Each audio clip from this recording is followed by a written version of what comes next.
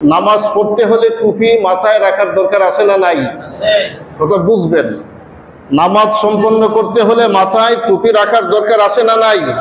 আছে। আমি ভুলে গেলাম, টুপি আনি নাই, অর্ধেক রাস্তায় চলে আসছি অথবা মসজিদের কাছে চলে আসছি, আসার পরে মনে হলো আমি টুপি আনি নাই। এখন চিন্তা করলাম আমি হুজুর মানুষ বা আমি নিয়মিত একজন মুসল্লি, নামাজ সম্পন্ন করবো এত মানুষের সামনে, টুপি ছাড়া কেমনে করে টুপিটা নিয়ে আসি? কথাটা কি বুঝাইতে পারতেছি? মনে করলাম যে এতগুলা লোকের সামনে আমি নামাজ পড়বো, আমি একজন হুজুর মানুষ অথবা নিয়মিত একজন মুসল্লি, আমি টুপি ছাড়া কেমনে কি করি, অতএব টুপিটা আমি নিয়ে আসি। এই মনটা মনে করে যদি কেউ নামাজ পড়ে, সেটা নামাজ হবে না, সেটা হবে শিরিক।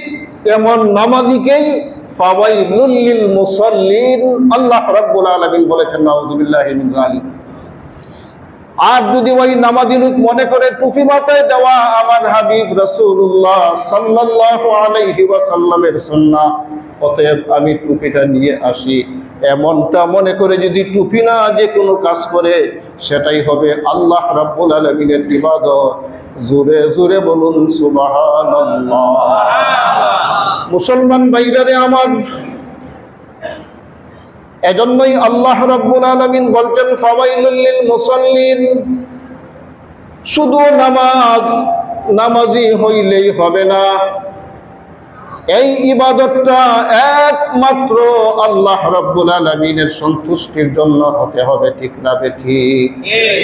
আল্লাহ রাব্বুল আলামিনের সন্তুষ্টির জন্য যদি হয়, আল্লাহ রাব্বুল আলামিন তাদেরকেই বলছেন কদ আফলাহাল মুমিনুন, এমন মুমিনরাই সফল হয়ে গেছে যেই মুমিন আল্লাযীনা হুম ফি সালাতিহিম খাশিউন, খুশু খুদুর সাথে নামাজ সম্পন্ন করেছে।